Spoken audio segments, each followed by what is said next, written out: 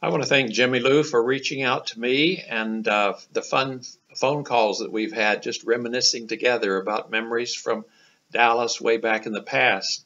I would have planned to be with you on May 18, but I've had an appointment to preach in Salt Lake City on the books for a number of months that weekend, a special series that I'll be doing there. So I'll just record a little greeting from my office. Here I'm in Eagle, Idaho, doing real estate for Coldwell Banker. And children, I have two children, as some of you may know. Both of them are grown. A boy living in California is an attorney, and my daughter is living in outside of Anchorage, Alaska, in Palmer, married to an Adventist Christian dentist there. And between the two of them, let's see, I have 5 grandchildren, and so that's a highlight of my life at this point, as you can imagine. But memories of Dallas and Dallas First Church go clear back to my childhood. I grew up in Fort Worth. And so as a child, I recall when Elder Holly got in an accident in Michigan, and my dad, who was in the conference office at the time, made the trip, I believe, all the way to Michigan for the funeral service. So my earliest memory is on kind of a sad note. But other pleasant memories going back to the 50s were visiting, and when Dad would preach in Dallas when I was a child, often Dr. and Mrs. Simmons would take us out to El Chico's to eat Mexican food, and I've loved it ever since. Back in those days, on a preacher's salary, you couldn't afford to eat out very often, so it was a highlight to be able to go out to a restaurant. Then another memory of mine from Dallas is Elder Dedamore, Fortis Dedamore, second father to me, and many happy memories of working with Fortis in evangelism. And I think he told me one time that the Dallas First Church, he had more meetings, more evangelistic series in that church probably than any other one in the United States. Now, I don't know if he was being literal, but I do recall that he had many, many series over the years. One little funny note about Dallas, in one series that we were working when Elder Huff was pastor at the Central Church and I was in Oak Cliff, I remember taking Fortis from house to house on visitation, and he said to me, he said, "Jerry, as a pastor, you get me to more houses in less time than any other preacher I've ever worked with." You see, I enjoyed moving from point A to point B very rapidly, and Fortis, he seemed to like that. He liked to make as many visits as we possibly could in the day. Then becoming pastor in 1975 of the Dallas Church, one of my favorite memories is of Jim Gilley. Jim was in a meeting along with some of the other church leaders as we were just making our plans to move to the Dallas First Church from Oak Cliff. And as we were talking about the plans, Jim was so excited, he said something that I've never forgotten.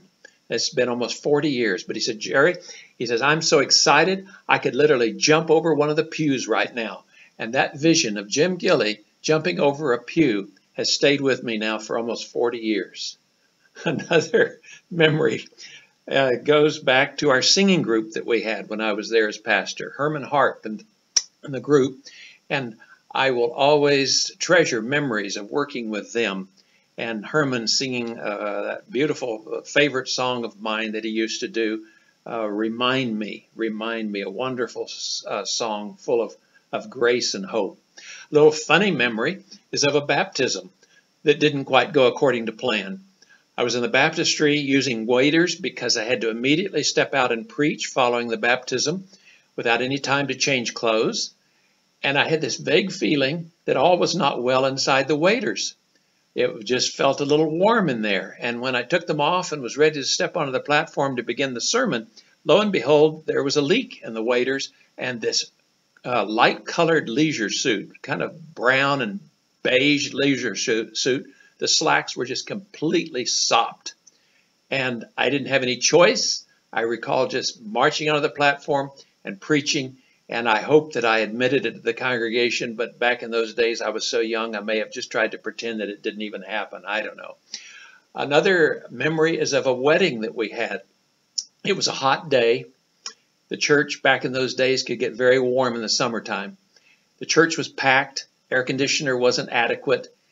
And it got so hot that the groom, because of the stress and the heat, had an epileptic seizure right on the platform as we were having the ceremony. And because of the stress, then the bride fainted. And the two of them together, both, they left in separate ambulances to the hospital, if you can believe it.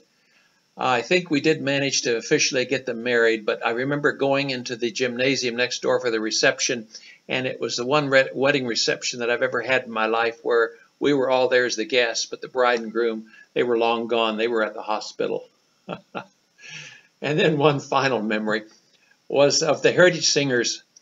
Back in those days, we tried to be a little more conservative, very careful on our music, and I remember asking Jim, who was the head elder at the time, if it was okay to have the Heritage Singers sing one of my favorite songs, even though it was pretty upbeat.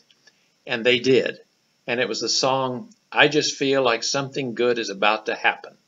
And that has been a theme of my ministry and my life from that time, ever since that time to today. And I just wish you folks all the very best as you have this wonderful day of memories at the Dallas First Church. Thanks for letting me be a part.